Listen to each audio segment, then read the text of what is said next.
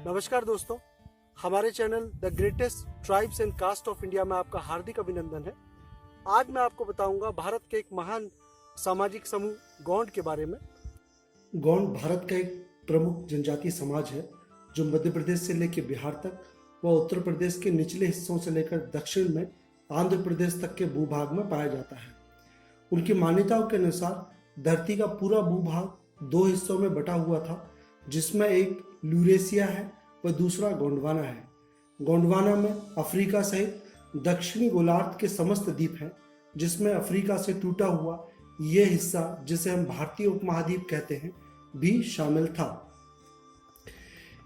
इस जनजाति के विद्वान इसे किसी भी धर्म यानी हिंदू, मुस्लिम, क्रिश्चियन या अन्य से जोड़कर नहीं देखते।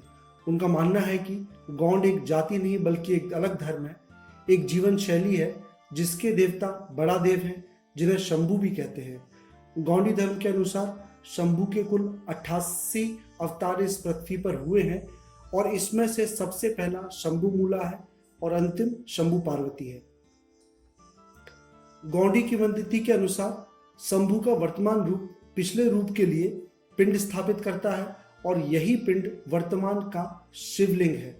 और किंवदंतियों के अनुसार आर्यों के इस धरती पर यानी भारतीय उपमहाद्वीप में आने से पहले यहाँ शंभुओं द्वारा 88 लिंगों की स्थापना की जा चुकी थी और अंतिम शंभू की राजधानी पैंकमेडी यानी कि आज का पचमढ़ी थी। यहाँ से वे अपने संपूर्ण साम्राज्य पर राज करते थे। ये पैंकमेडी, जिसका एक नाम पंचकोटी भी है, भारत के बिल्कुल मध्य में है और शिव से जुड़ी हुई कथाओं से भरी पड़ी है। खैर, आर्य संस्कृति व गौड़ संस्कृति में धरती के इस भूभाग पर मानव सभ्यता के विकास को लेकर काफी मतभेद है। गौड़ों के कई सेक्ट अभी भी हिरण्याकश्यप और रावण को पूजते हैं और इन सब के वध को एक राजा पर दूसरे राजा की जीत के रूप में अथवा एक संस्कृति पर दूसरी संस्कृति के आधिपत्य के रूप में देखते हैं।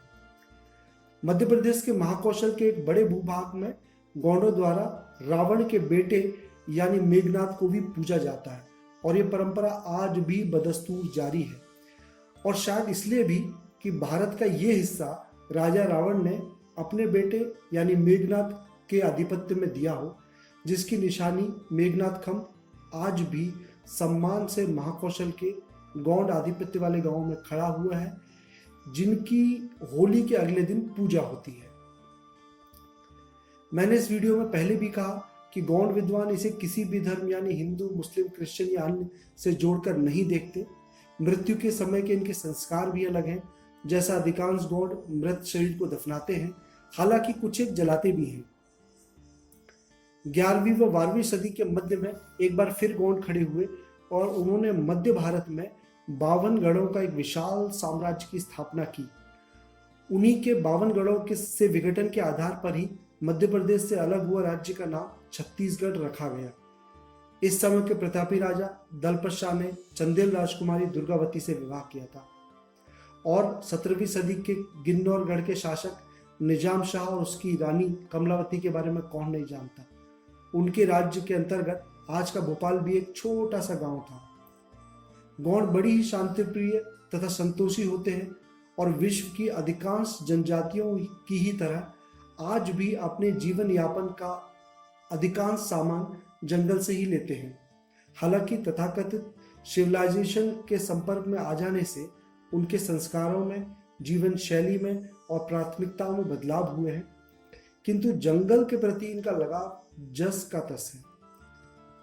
गौंड बहुत ही स्वाभिमानी होते हैं और इसके सबूत हमें 1857 के प्रथम स्वतंत्रता आंदोलन में भी मिलते हैं, जिसके अनुसार मध्य भारत के अधिकांश गौंड राजघरानों ने इस विद्रोह में अंग्रेजों के खिलाफ मोर्चा लिया और शहीद हो गए, जिनमें जबलपुर के राजा शंकर शाह, राजकुमार रघुनाथ शाह, होशंगाबाद के शाह राजा भभूत सिंह, मदनपुर के राजा ढिल्लन शाह व ध्यान सिंह, रामगढ़ का बुकरू भोई, दिल्लहरी के लल्लन शाह प्रमुख हैं।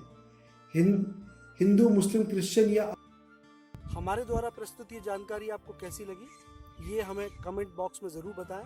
हमारे चैनल को लाइक, शेयर और सब्सक्राइब करें और भविष्य में आप किन जातियों के बारे में जानना चाहते हैं, किन सामाजिक समूहों के बारे में जानना चाहते हैं, ये भी कमेंट बॉक्स में लिखें। बहुत बहुत धन्यवाद।